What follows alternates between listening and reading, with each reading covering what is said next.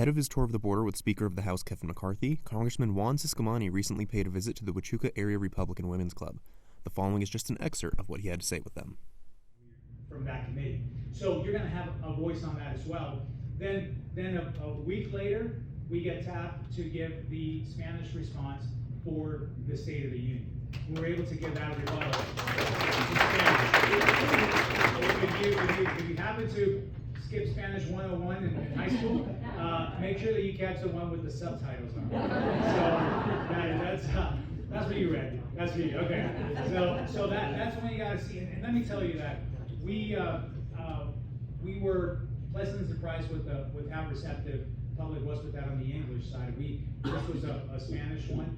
However, Sarah Huckabee gave one in English, and she's obviously a sitting governor, so I was the only member that gave a rebuttal, and it just happened to be in Spanish, and I quickly realized that it was more of a rebuttal that they wanted me to give on behalf of our Congress, but just happened to be in Spanish. So we said, well, if this is for everyone, let's make sure that we have the English version out there. There's a printout of it as well, if you want to just read that instead of watching my face, speak different language there. But the message was clear. We were critical and strong and direct where President Biden fell short in that State of the Union.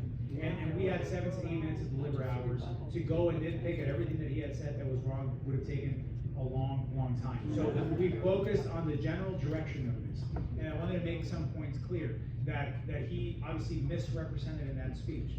There is nothing in our plan and in our intent and in our negotiations or anything in our plans when it comes to talking about the economy, debt ceiling, getting spending under control, that would ever touch Social Security and Medicare. That is a strong position. Quite the opposite. The overspending and irresponsible spending that we've seen from the other side has actually endangered a lot of that more than any potential plan, because there isn't any on our side to do that. So I wanted to make that clear.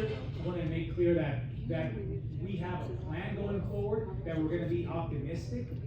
I told people that our best days are ahead of us, that we live in the best country in the world, and you guessed it, the American dream, right? That's been the theme of my campaign when I was running, but it's also the theme of where we are today.